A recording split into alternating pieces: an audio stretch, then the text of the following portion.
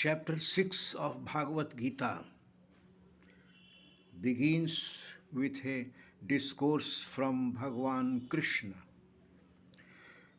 Bhagwan Krishna, first of all, begins to talk about yoga system. One of the reasons why he begins to talk about yoga system is that Bhagwan says that unless you control the mind, whatever mode of life you lead, whether you become a yogi or a householder, you have to control your mind. And first and foremost element of controlling the mind is to refrain and renounce from worldly pleasures, sense pleasures. He refers to Ashtanga Yoga in this chapter. Ashtanga refers to a system of yoga in which the body is folded in a specific manner so as to control the mind and the breathing. First of all, he has to control the breathing. For that, he has to practice in a separate place, in a secluded place.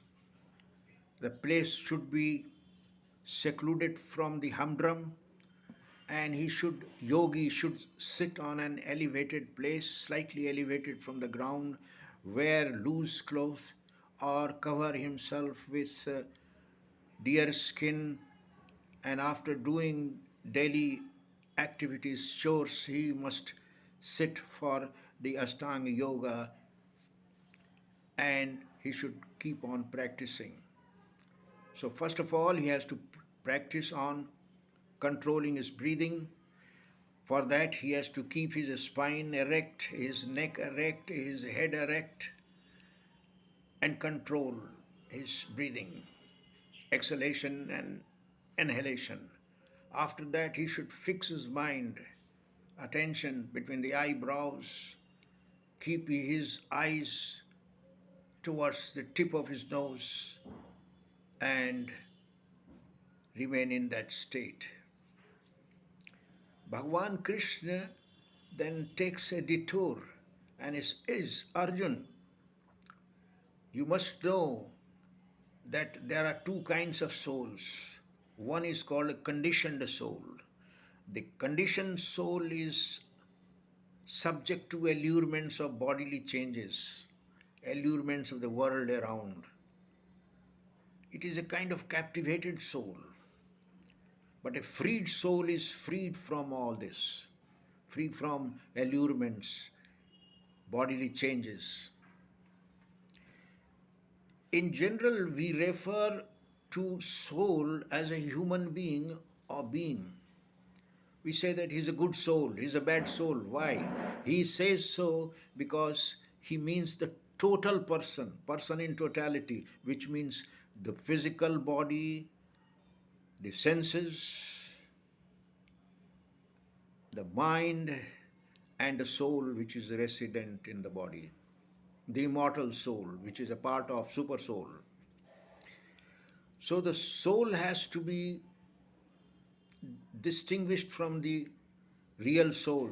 The conditioned soul is bounded by the worldly pleasure. That is, in that case, the entire being is like a conditioned soul. Bhagavan Krishna then moves on to the importance of fixing the mind. He says that, look, if the mind is not controlled, this mind becomes your greatest enemy. And if the mind is controlled, it becomes your greatest friend. So the controlling mind is essential. He then says more about the features, characteristic features of a yogi. He says that when a yogi has attained some kind of perfection, you will see that he does not make any distinction between pebble and gold. For him, all the seasons are alike. And if he is a little more advanced in his yoga system, he makes no distinction between friend and enemies, his relatives and strangers, and one being from another being. For him, all animals, humans are the same. He is totally equipoised. This is a higher state of consciousness. Now, when he attains that stage, his mind is fixed, his all his actions are restrained, and in this fixed state, he perceives God. He has a vision of God, and he finds God in himself and himself in God. He finds all beings, God therein, that God is present in all beings in the entire universe. He experiences that, he visualizes God, and that is a stage when you say that he is enjoying the real bliss, that is आनंद. उसको आनंद की अनुभूति होती है, भगवान का दर्शन हो गया. But this comes very rarely, and this stage is called the stage of trance, which means samadhi. He has entered into a higher state called samadhi. This is about yoga, the purpose of yoga. At this point of time, Arjun becomes little perplexed and he says, "Oh, Madhusudan, what you have described is impractical, is very difficult to achieve. Because the mind is as fickle as the wind. In fact, it is more difficult than controlling the wind.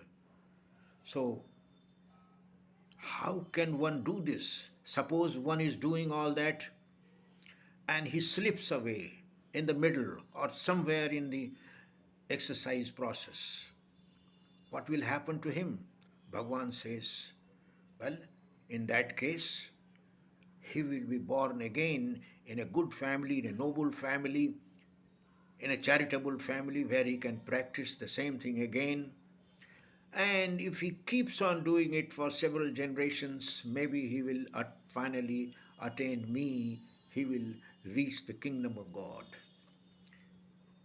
But this is a rare phenomenon. Bhagavan Krishna explains further how a man can reach him, because Arjun has again asked this question, that is there a way, Bhagavan, by which a person can attain you other than the yoga system? Bhagavan says, yes, there is another way, and that way is the devotion, devotional service to God. Bhakti Yoga. Bhakti Yoga is easy, in which you can remain a householder, but you have to give up sense pleasures. You have to renounce the fruitive actions, and you have to concentrate your attention on the service of God. And if you keep on doing it, you'll enjoy the bliss of God and will be in very close proximity to God, and God will bless you for further advancement in life. So, Bhakti Yoga is another way to achieve and experience the supernatural state, or a kind of transcendence. Spiritual life can be attained through this, and one can experience God. This is the essence of chapter 6 of Bhagavad Gita.